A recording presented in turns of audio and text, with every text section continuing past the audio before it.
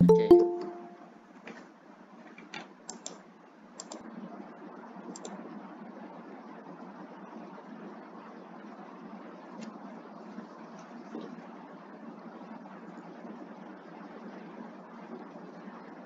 Assalamualaikum warahmatullahi wabarakatuh.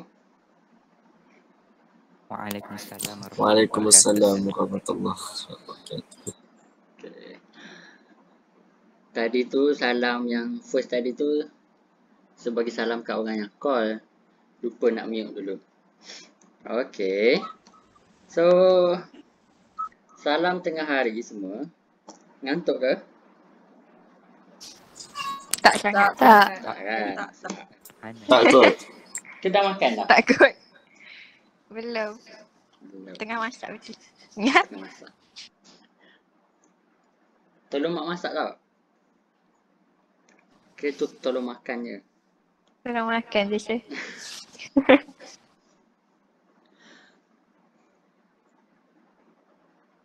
Okay, so kalau kelas sebelum ni kita bagi banyak-banyak link pasal apa tu? Prinsip apa? Bernoulli. Bernoulli's Law. Bernulis prinsipal Adam. Okay? Jangan Oh, tertukar adab law dengan prinsipal ni benda yang berbeza. Apa beza prinsipal dengan law? Boleh tak? Itu sebagai assignment. Differences between physics law and physics principle. Buka sekolah nanti saya nak tengok. Boleh? Boleh sir. Tak pasal-pasal ada assignment baru. Okay, so overall faham tak apa itu bernulis principle? Faham. Okay, faham. Simple je. Bernulis principle is all about speed of fluid will affect the pressure. Jadi the higher the speed of fluid flow, the lower the pressure. Maknanya makin laju fluid tu, fluid ni liquid ataupun gas, kita panggil dia fluid. Sebab fluid ni adalah bendalur. Bahasa Melayu dia bendalur. Apa-apa benda yang boleh mengalir kita panggil bendalur. Jadi yang boleh mengalir liquid and gas lah. Solid tak boleh mengalir. Okay. So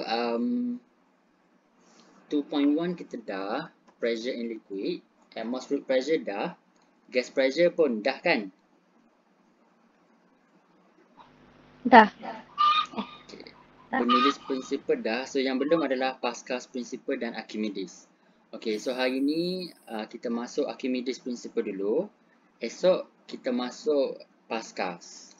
Habis minggu ni habis chapter 2 dan minggu depan korang akan ada satu quiz untuk overall chapter 2. Okay. Jadi kalau rasa macam tak ready sangat nak jawab tu, rasanya kena buat extra class kot untuk bincang tutorials ke apa. Okay. Tapi nantilah yang tu fikir pun nak cari masa juga. Kalau malam ni free tak? Free. Okay. Kalau jadi saya bagi tahu semula. Okay. Kalau free malam ni kita boleh habiskan Pascal principle malam ni, esok kita sambung buat revision. Okay. Tapi kalau saya tak free, kena cari masa semula. Okay, so hari ni kita masuk Archimedes principle. Okay, Archimedes principle ni ditemui oleh seorang saintis yang bernama Archimedes pada zaman Greek rasanya. Dia ditugaskan untuk menentusahkan. Pada zaman tu ada dua crown. Maknanya satu crown original dan satu lagi tu ciplak. Dan dia ditugaskan oleh kerajaan untuk menentukan mana satu crown yang ori, mana satu crown yang palsu. Okay, jadi dia duduk fikir-fikir, last kali idea tu datang adalah ketika dia mandi dalam bathtub. Okay, yang dia perasan, bathtub dia tu penuh dengan air. Mula-mula dia masuk satu kaki, ada air tumpah sikit. Masuk lagi satu kaki, makin bertambah air tumpah. bila dia masuk sepenuhnya keseluruhan tubuh dia dalam bathtub tu, makin banyak air yang tumpah. Jadi dia pun terfikir sesuatu. Maknanya bila kita masuk kat tempat air tu akan displace. Macam situasi burung gagak yang nak minum air dalam botol kan. Ini contoh gelas, bawah ni ada air. Tapi paruh burung gagak tak sampai. Jadi apa yang burung gagak tu buat? Dia letak batu. Batu. So dia tambah batu sehingga air tu naik ke paras permukaan botol tu. Barulah dia boleh minum air tu. Jadi maknanya dekat sini, objek yang masuk ke dalam air tu dia akan displace water. Maknanya dia ambil tempat air tu, jadi air tu terpaksa lari ke tempat lain. Jadi kalau batu tu besar masuk, maka makin cepatlah air tu naik.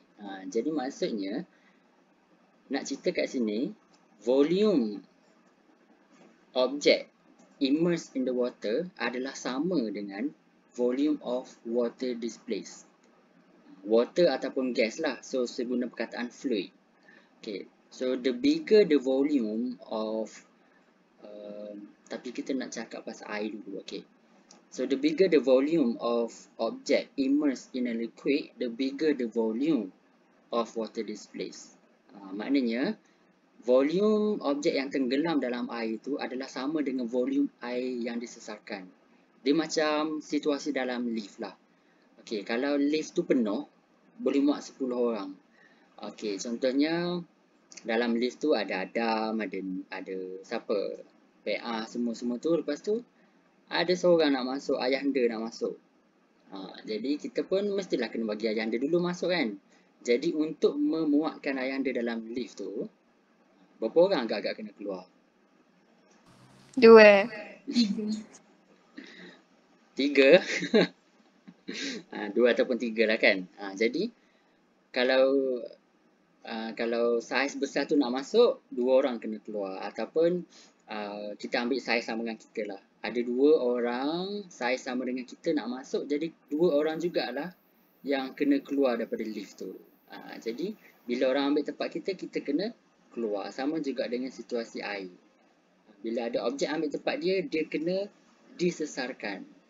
Dan volume tu adalah sama. Objek masuk sama, banyak tu jugalah volume yang akan disesarkan. Okey, jadi apa kaitan dia? Tapi kan, macam mana satu objek yang sama besar, contoh kan, kalau kita ada, okey, contoh kita ada phone. Lepas tu, kena tukar background kot.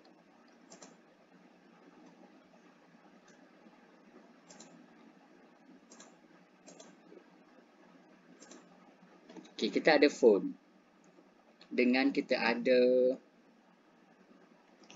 apa ya? Kita ada plastik lah. Kita ada plastik yang sama besar. Dua-dua objek ni dimasukkan dalam air. Okay, plastik tu plastik yang kosong ataupun kita kabus lah. Okay, kabus yang sama besar dengan phone ni dimasukkan ke dalam air. Apa perbezaan yang awak dapat tengok? Siapa yang akan tenggelam? Siapa yang akan timbul? Phone tenggelam. Gabus timbul. Okay. Phone tenggelam. Phone akan tenggelam dan gabus tu akan timbul. Okey, kenapa berlaku dua situasi yang berbeza sedangkan dua objek ni mempunyai volume yang sama dan dia menyesarkan volume yang sama banyak? Tapi kenapa satu tenggelam, satu tidak tenggelam? Beza mass. Ya, beza dia adalah mass. City. Kenapa objek kabus tu boleh terapung? Disebabkan oleh Density. okey, itu yang kita nak belajar. Objek terapung, okey. Phone yang tenggelam dan objek yang terapung tu, bila dia masuk air, satu daya akan bertindak ke atas dua-dua objek ni, iaitu buoyancy force, daya apungan. Okey. adakah awak kata tadi objek tu tenggelam disebabkan perbezaan mass. Ya, betul. Okey. Sebab bila dua objek yang sama volume masuk dalam air, buoyancy force yang bertindak adalah sama. Sebab apa? Sebab buoyancy force, saya share screen ni. Sebab buoyancy force adalah hasil darab density of liquid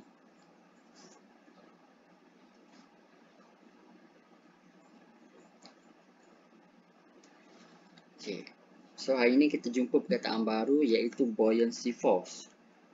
Simbol dia adalah F ni simbol untuk force, B ni adalah buoyant. So buoyancy force. Formula dia adalah rho Vg. Rho ini adalah density, V ni adalah volume of kalau water lah, kalau gas lah, volume of water displaced. G ni macam biasalah gravity. Okey. Jadi buoyancy force yang terhasil adalah disebabkan oleh hasil darab, density of liquid, volume of water displaced dan juga gravity. Jadi kalau volume yang sama masuk dalam air, buoyancy force yang bertindak adalah sama.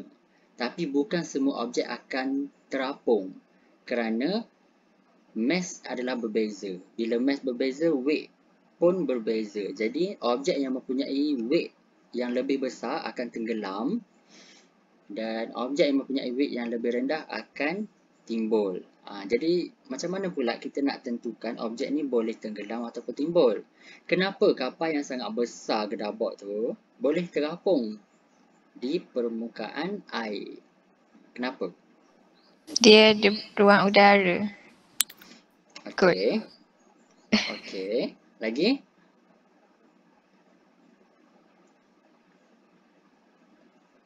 Okey. Awak perasan tak? Ada tak orang bawa kontainer letak dalam sampan? Tak. Tak ada kan? Tak ada. Mesti masukkan dalam kapal yang sangat besar. Sedangkan sampan ni lagi ringan, lagi kecil. Tapi kenapa bila kita letak objek yang besar, dia akan tenggelam? Objek tu lagi berat. Okey, betul, objek berat. Tapi kenapa kalau sorry ni ada call lagi. Hello, Assalamualaikum. Ya. Belum. Saya ada kelas.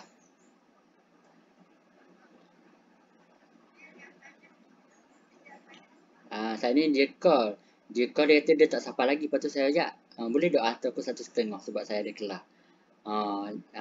Jadi habis kelas ni dia mari online kelas.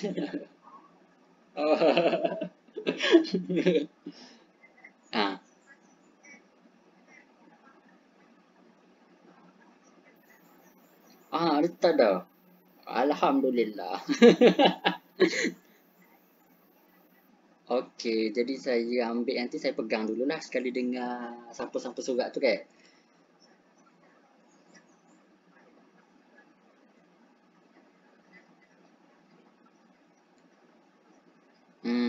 Okey. Saya cek satu-satu lah. Okey, baiklah. Okey. Waalaikumsalam. Okey, sorry. Sibuk sikit minggu ni sebab minggu ni minggu graduasi. Lepas tu saya handle bahagian sijil lah. Jadi banyak kena update lah. Kat mana dah tadi? Kapal. Kenapa sampai tak boleh bawa kontainer? Kan. Dah lah kapal tu besar, berat. Bawa lagi objek yang berat. Tapi timbul. Terapung. Kenapa tak guna sampan yang kecil untuk bawa benda yang berat? Apa kaitan dengan formula yang sebagi ni? Rho Vg. Rho Vg is equal to buoyancy force. Density. Okey. Betul. Density betul kalau ada perbezaan density of liquid. Tapi bayangkan sampan dan kapal tu berada di tempat yang sama. Maksudnya lautan yang sama. Maka density dia sama. Apa perbezaan antara sampan dengan kapal yang besar? Permukaan yang kena pada air. Habis. Okey, lagi. Tadi saya ada Bentuk. dengar orang jawab. Volume. Ya, volume. Bila kapal tu besar, jadi volume of kapal tu besar. Jadi bila dia masuk dalam air, jadi dia boleh sesarkan lebih banyak air. Sebab air akan, water will displace equal to the volume of object immersed. Okay, jadi kalau volume kapal tu besar dan tinggi, sangat tinggi. Jadi katakanlah separuh daripada badan kapal tu tenggelam. Jadi separuh volume kapal tu akan menyesarkan jumlah yang sama. Katakan volume separuh daripada kapal tu adalah 1 tan. Jadi 1 tan jugalah air laut yang akan disesarkan. Berbanding dengan 100 liter sampan yang tenggelam akan menyesarkan 10 liter air. Jadi buoyancy force yang terhasil daripada 100 liter air tadi tu adalah lebih kecil jika dibandingkan dengan 1 tan air yang disesarkan. Boleh? Boleh, sir. Kita tak jelas lagi.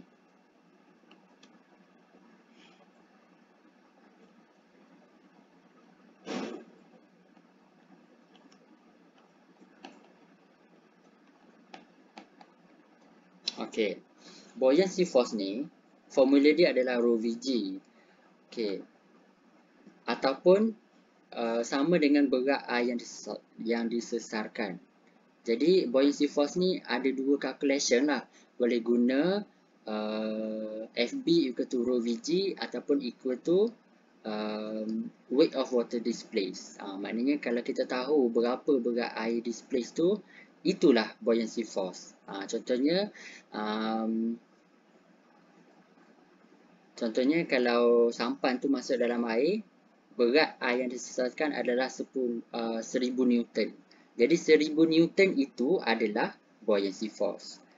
Kalau kapal yang sangat besar tu akan menyesarkan 1 juta Newton air. Jadi 1 juta Newton buoyancy force yang akan dihasilkan untuk menampung kapal itu.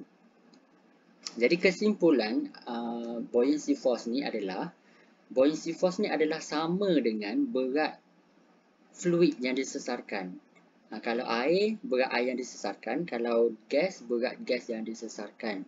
Jadi makin banyak air yang disesarkan, makin berat air itu kan.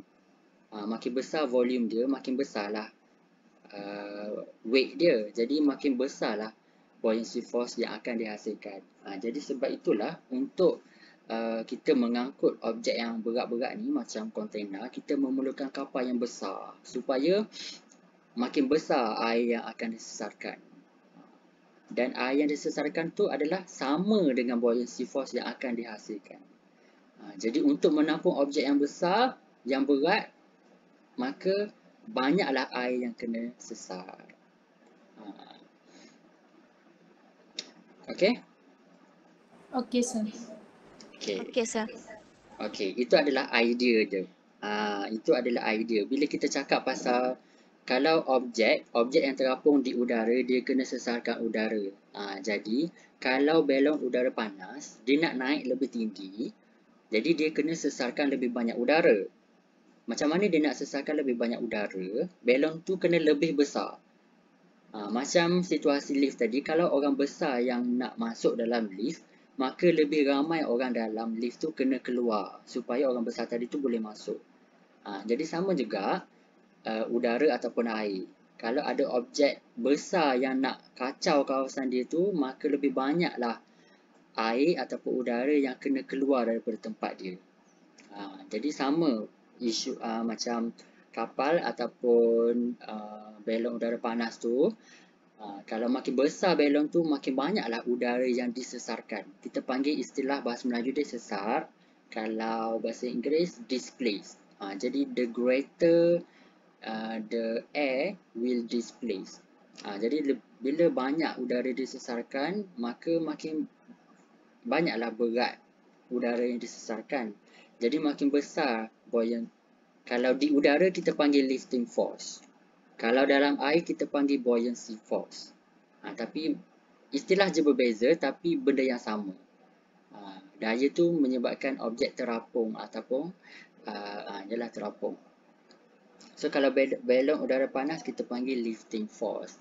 Jadi bila size ataupun volume of balloon increase, jadi air displace pun increase, buoyancy lifting force pun increase. Jadi bila lifting force increase, balon tu boleh pergi lebih tinggi.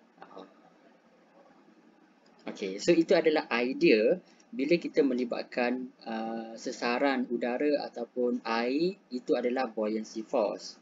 Tapi apa maksud Archimedes principle ni? Okay, Archimedes principle states that an object which is partially or fully immersed in a liquid will experience a buoyant force equal to the weight of fluid displaced. Maknanya, apa-apa objek yang tenggelam sepenuhnya ataupun sebahagian di dalam fluid akan mengalami daya apungan.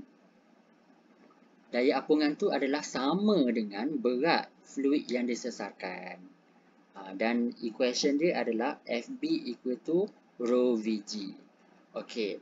So, memandangkan sekarang silibus KSSM, you all bukan sahaja perlu tahu formula apa nak kena guna, tapi you all kena tahu how to came out, how to derive the equation. Dalam buku teks sudah ada tunjuk cara. Ada dua cara untuk kita derive equation ni. Ini adalah final equation. Macam mana nak dapat? Ada dua cara. Okay, cara yang pertama, kita buat cara senang dululah. Okay. Yang pertama, kita tahu formula density adalah equal to mass over volume. Okay. Bila kita nak calculate mass, kita kena darabkan density times volume. Okay. So, daripada mass equal to density times volume, dan kita tahu weight is equal to mg. So, bila kita nak cari mass, kena buat W over G. Jadi, W over G ni lah yang kena substitute dalam mass. Okay, jadi kita gantikan W over G ke dalam mass sama dengan rho V. So, finally, weight of water displaced is equal to rho Vg. Dan weight of water displaced adalah sama dengan buoyancy force. Okay, ini cara pertama, cara yang simple. Jadi cara ni hopefully semua orang dapat. Bermula daripada equation density equal to mass over volume. Kemudian kita kena substitutekan mass tu ganti dengan weight. Mass equal to weight over G. So gantikan dalam equation ni sebab kita nak cari weight. Sebab bila kita dapatkan weight, kita dapatlah dia punya buoyancy force. Sebab apa nak cari weight? Sebab buoyant force adalah sama dengan weight of fluid displaced. So, bila kita cari weight of fluid displaced, jawapan dia tu adalah sama dengan buoyancy force. Bila jawapan dia 100 Newton, maka 100 Newton jugalah buoyancy force. Okay, itu untuk cara yang pertama. Untuk cara yang kedua, kalau soalan bagi gambar rajah macam ni kan, soalan pun suruh awak buat, okay, derive buoyancy force equation based on this diagram. Okay, jadi syllabus form 2 awak, korang dah belajar pressure equal to force over area. Okay, so dalam beaker, dalam bekas ini ada mengandungi air dan kemudian dimasukkan dengan satu silinder. Okey. Dan silinder ni ada dua permukaan, atas dan bawah. Okey, yang warna pink ni permukaan atas, Yang warna biru adalah permukaan bawah. Okey. Dan kedua-dua permukaan ni berada pada kedalaman yang berbeza di dalam air. Okey, sebelum ni kita belajar pressure in liquid is equal to rho GH. Pressure in liquid is depends on the depth of the liquid. Jadi sekarang kedalaman permukaan pertama adalah lebih cetek berbanding kedalaman permukaan kedua. Jadi tekanan dekat bahagian yang atas adalah lebih rendah berbanding tekanan bahagian bawah. Okey. So bila ada dua perbezaan tekanan, kita kena guna equation tekanan untuk kita derivekan formula buoyancy force. Macam mana? Okey. Awak kena ingat dulu yang pink tu adalah surface area yang pertama. H1 tu adalah kedalaman surface area tu daripada permukaan. H2 adalah kedalaman daripada permukaan air kepada surface area bahagian bawah. Okey. Dan beza H2 dan H1 adalah H. Maknanya bila kita tolak H2 tolak H1, nilai dia akan jadi H. Okey. Sebab apa awak kena ingat? Sebab kita nak pergi kepada calculation yang pertama. Derivation yang pertama. Okey. So, menggunakan formula pressure in liquid, pressure dekat bahagian 1 is equal to rho GH. H mana? H1 lah, sebab tekanan yang akan bertindak ke atas permukaan yang pertama adalah disebabkan oleh kedalaman yang pertama. Manakala tekanan yang bertindak ke atas surface area yang warna biru tu adalah disebabkan oleh kedalaman H2. Jadi pressure pertama adalah atas ni, pressure kedua adalah bawah. Okay, jadi sekarang kita nak calculate dulu pressure dekat bahagian surface area yang pertama. Okay. Formula pressure masa form 2 adalah pressure equal to F over A. Jadi bila kita nak calculate bahagian 1, pressure bahagian 1 sama dengan force bahagian 1 bahagi area. Okay, so bila kita nak carikan force bahagian 1 adalah sama dengan pressure bahagian 1 darab dengan area. Okay. Jadi bila kita dah dapatkan formula pressure yang pertama, kita nak carikan force. Sebab buoyancy force kan adalah force. Jadi kita kena cari force dekat bahagian yang pertama. Force bahagian pertama P1A. Okay, so P1A. Dan P1 adalah rho GH1. P1 adalah benda ni. Okay, jadi benda ni lah yang kena gantikan di dalam P. Jadi rho GH1 A salin balik je lah. Okay, so sekarang kita dah dapatkan force yang terhasil dekat surface area yang pertama.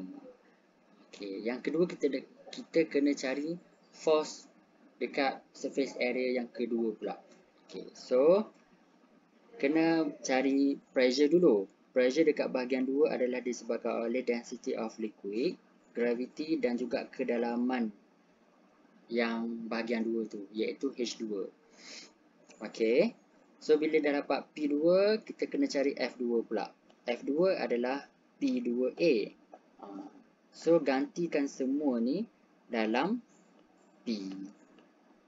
Jadi rho GH2A.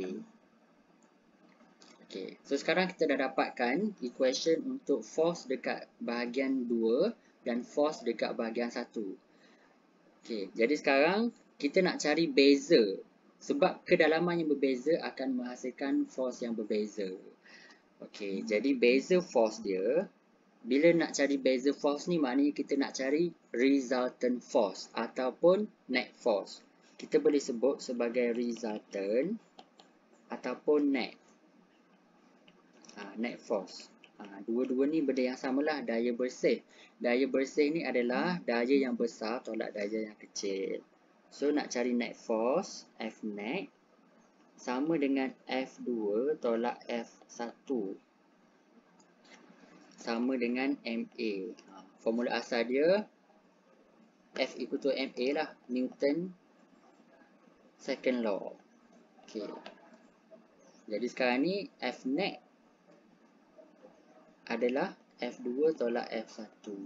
Okay. So F2 apa? F2 kita adalah ni F2 kita. Rho GH2A. Kita substitute dalam F2. Kemudian F1 adalah Rho GH1A. Okay, so tolak dengan Rho GH1A sama dengan MA. Okay, kita bawa sikit.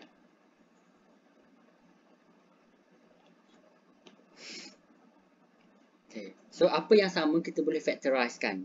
Yang sama dekat sini adalah Rho G. So A pun sama. Yang berbeza adalah H2 dan H1 sahaja.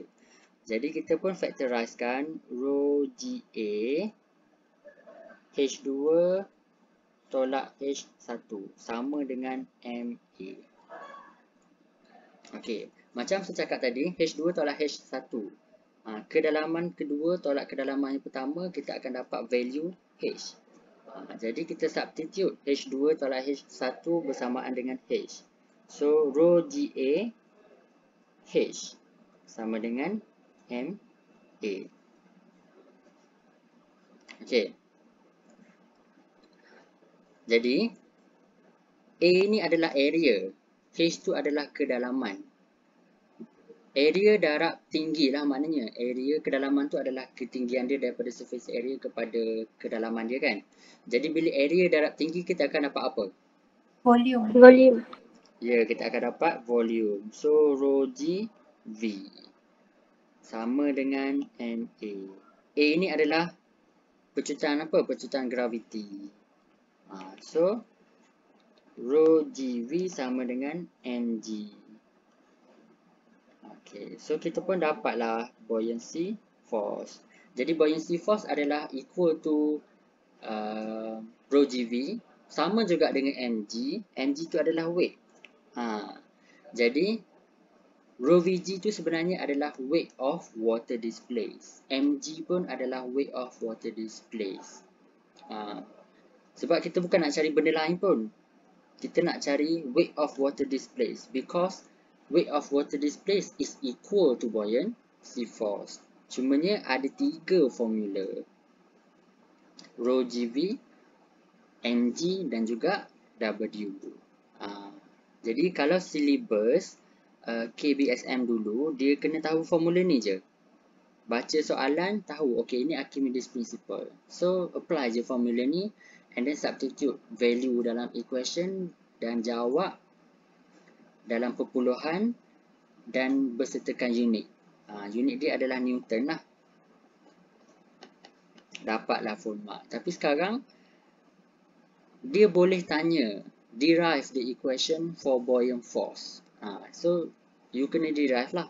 Kalau soalan tu bagi gambar rajah macam ni, so inilah apa yang awak kena derive. Tapi kalau dia tak bagi spesifik gambar rajah, boleh je nak guna yang simple. Yang ni, yang dalam kotak bright info ni. So, ada 2 cara untuk kita derive formula buoyant force. Boleh setakat ni? Boleh. Okay, very good.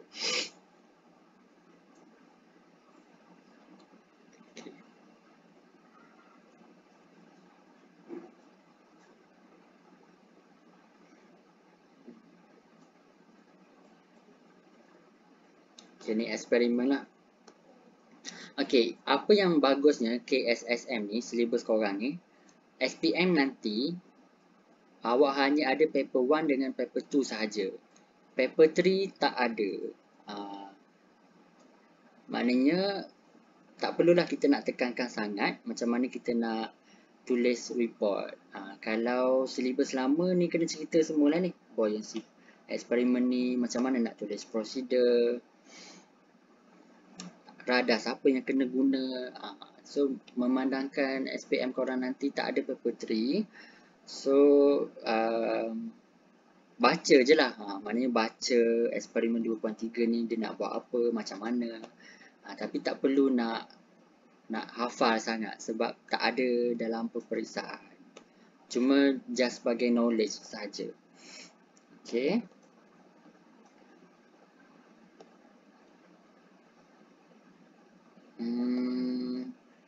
Okay. Seterusnya, objek yang terapung ni ada 3 keadaan. Okay. Ada yang tenggelam sepenuhnya tapi masih lagi terapung pada permukaan air lah. Maksudnya dia tak masuk dalam sangat. Dia ada di permukaan air. Sama ada keseluruhan objek tu berada bawah air ataupun separuh berada dalam air ataupun sepenuhnya di atas air. Tapi still dia bukan berada di tengah-tengah ataupun di dasar.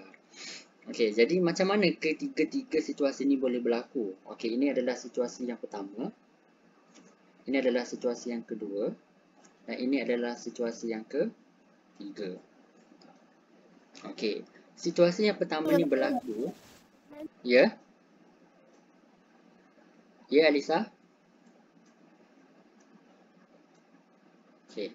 So, situasi yang pertama ni akan berlaku kalau weight of object tu adalah sama dengan buoyancy force. Jadi dia akan berada pada permukaan air. Dia tak akan masuk, dia tak akan jatuh lah ke dalam air tu. Maksudnya tak akan tenggelam lah. Okey. Kalau situasi yang kedua, objek tu jatuh dengan pecutan. Macam kita baling phone dalam air. Dia akan jatuh ke bawah dengan pecutan. Sebab apa? Walaupun bila dia masuk dalam air tu still produce buoyancy force. Tapi disebabkan oleh weight of this smartphone is greater than weight of buoyancy force, maka dia akan jatuh. Okay? Bukan maknanya phone ni tenggelam bukan disebabkan oleh tidak ada buoyancy force. Salah. Buoyancy force ada. Tetapi weight dia lagi besar daripada buoyancy force.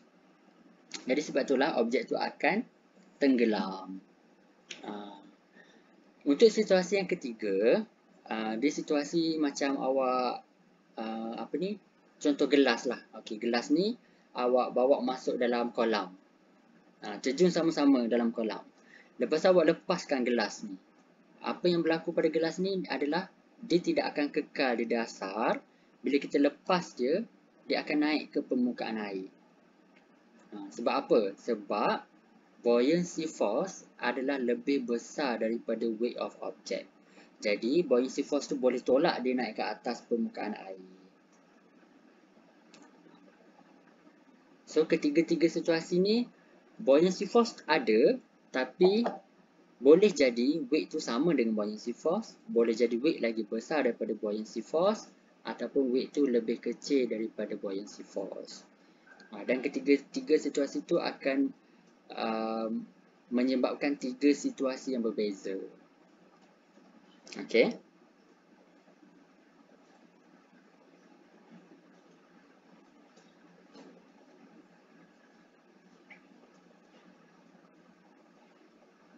Setakat ni ada soalan?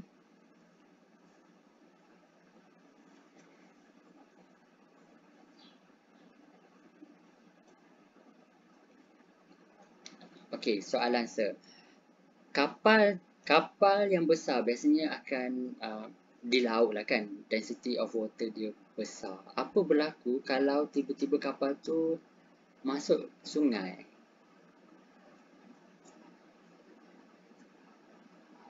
Apa yang akan berlaku pada kapal tu?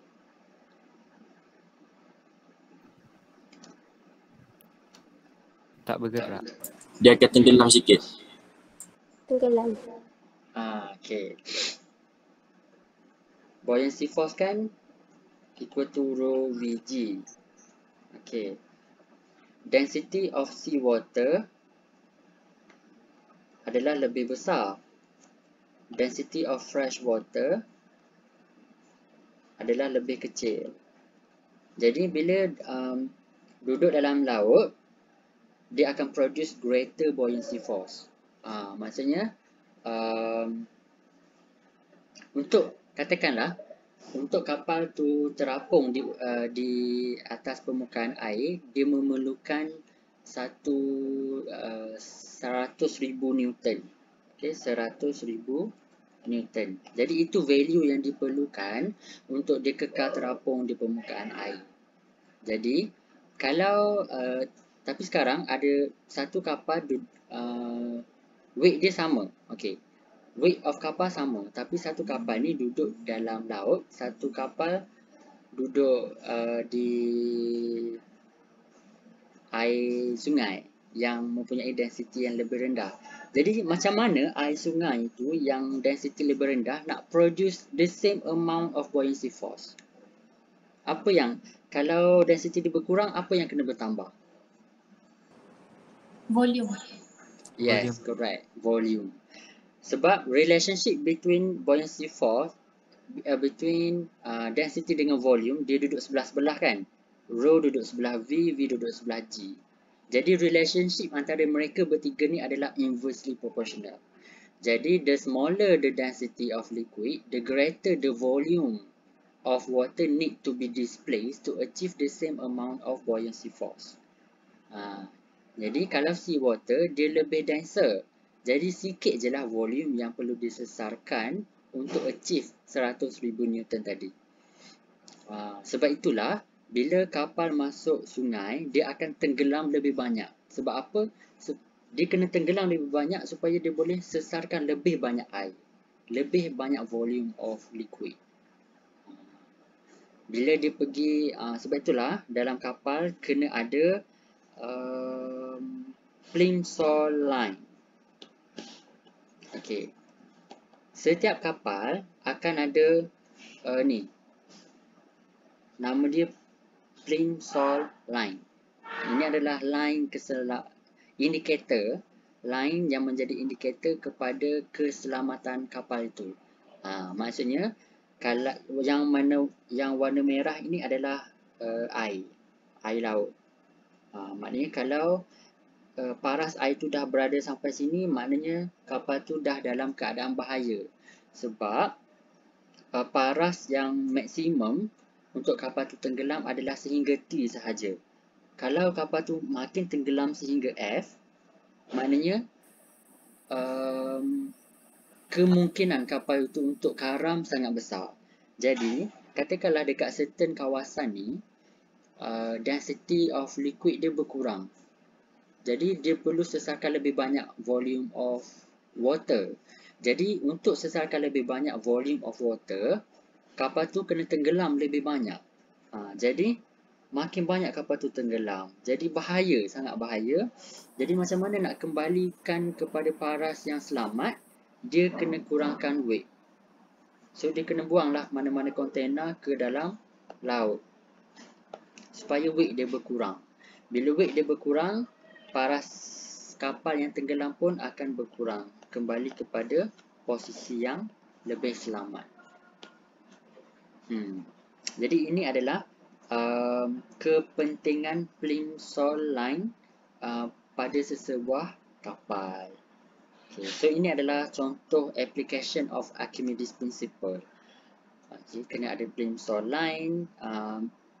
Archimedes principle applied vastly in submarine. Macam mana submarine tu boleh tenggelam, macam mana submarine tu boleh timbul. Tenggelam ataupun timbul itu adalah depends on these three situation. Dia akan timbul kalau weight of submarine tu sama dengan buoyancy force. Jadi macam mana dia nak control weight of buoyancy force adalah dengan mengubah kandungan air dalam tangki dia, dalam ballast tank dia tu. Makin penuh air dalam tangki tu, maka weight of submarine akan bertambah. Sedangkan size, volume submarine tu sama. Jadi kalau dia makin berat, dia makin tenggelam lah. Jadi volume of displaced water sama je. Jadi wujudlah situasi di mana weight dia akan lebih besar daripada buoyancy force. Jadi dia pun akan tenggelam. Tapi bila dia nak timbul semula, dia kena keluarkan air daripada tangki tu supaya dia menjadi lebih ringan, supaya buoyancy force lebih besar daripada weight of submarine. Barulah dia pun naik semula. Okay. So itu application dalam submarine. Dan alat yang ada dalam makmal adalah hydrometer. Hydrometer ni menggunakan Archimedes Principle. Hydrometer ni digunakan untuk measure the density of liquid. Okay. Cuba tengok beza dia. Untuk liquid yang warna biru tu, hydrometer tenggelam lebih banyak. Kenapa dia tenggelam lebih banyak? Sebab density of liquid tu lebih rendah. Jadi bacaan yang ditunjukkan dalam gambar rajah ni adalah 0.9. Jadi maknanya density of liquid yang warna biru tu adalah 0.9 sahaja. Sebab itulah hydrometer boleh tenggelam banyak. Okey, berbanding dengan liquid yang warna hijau tu, dia lebih denser, high density liquid. Jadi hydrometer tu pun tenggelam separuh sahaja dalam liquid itu. Dan bacaan yang ditunjukkan 1.10 adalah bacaan density of the liquid.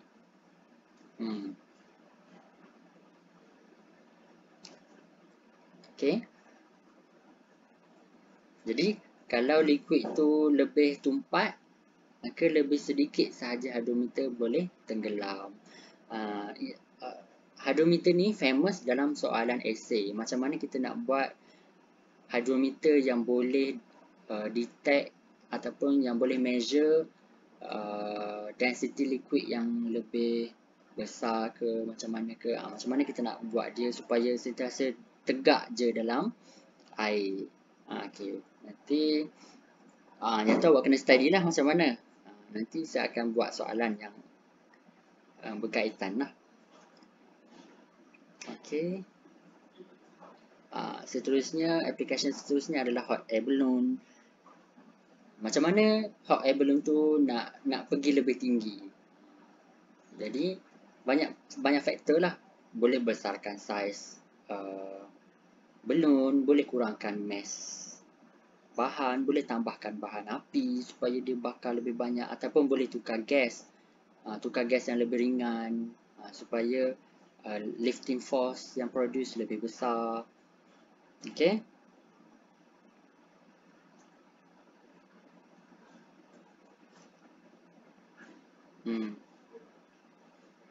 So itu je saya rasa untuk Archimedes Principle. Jadi first kali adalah awak kena tahu Archimedes Principle ni membincangkan tentang buoyancy force, sama ada dalam air ataupun di udara. Kalau dalam air kita panggil buoyancy force, kalau di udara kita panggil lifting force. Okay. Dan kedua-dua ni depends on formula rho Vg, iaitu volume of fluid displaced. Kenapa kita nak cari volume? Supaya kita boleh dapatkan weight dia. Sebab weight of water displaced ataupun weight of fluid displaced adalah sama dengan buoyancy force. Jadi makin besar volume, makin besarlah weight.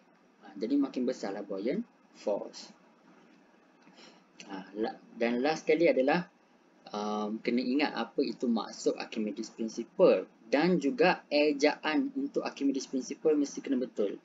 Archimedes Principle dia tak, kalau bernulis principle S' dulu baru S. Tapi kalau Archimedes Principle ejaan mesti kena betul macam ni. S dulu barulah S'. Kalau awak jawab soalan kan, awak dah tahu dah itu adalah Archimedes Principle. Tapi dalam exam awak pun buatlah D' S. Maka salah. Okay. Walaupun sebutan sama, tapi ejaan salah. So salah. Jadi rasa macam dah tahu banyak, tapi rupanya salah eja. Rugi satu markah. Jadi ejaan kena betul. Archimedes Principle, maksud dia kena ingat. Apakah maksud Archimedes Principle?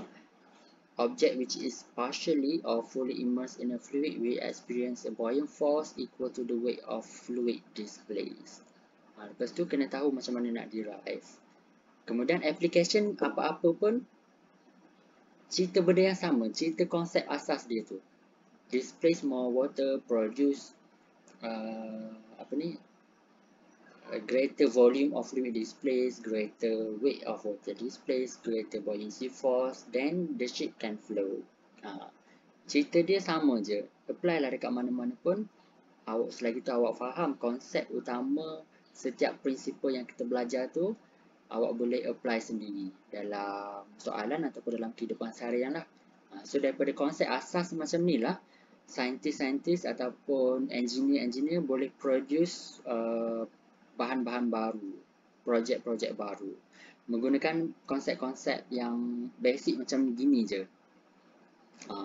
Maknanya daripada kefahaman menulis prinsipal boleh terjadinya ciptaan kapal terbang.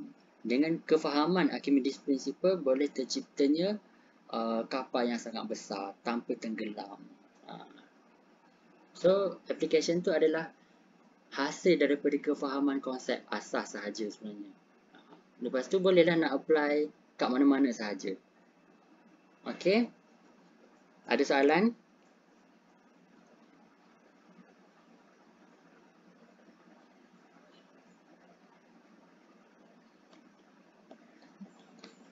Kalau tak ada, malam ni saya akan bagi link Google Form macam biasa.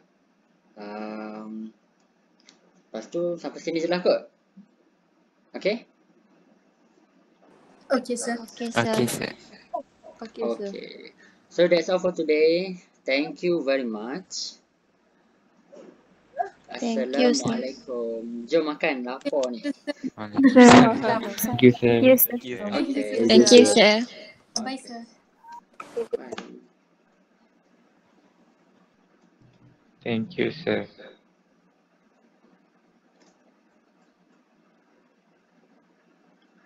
Hey, Syed.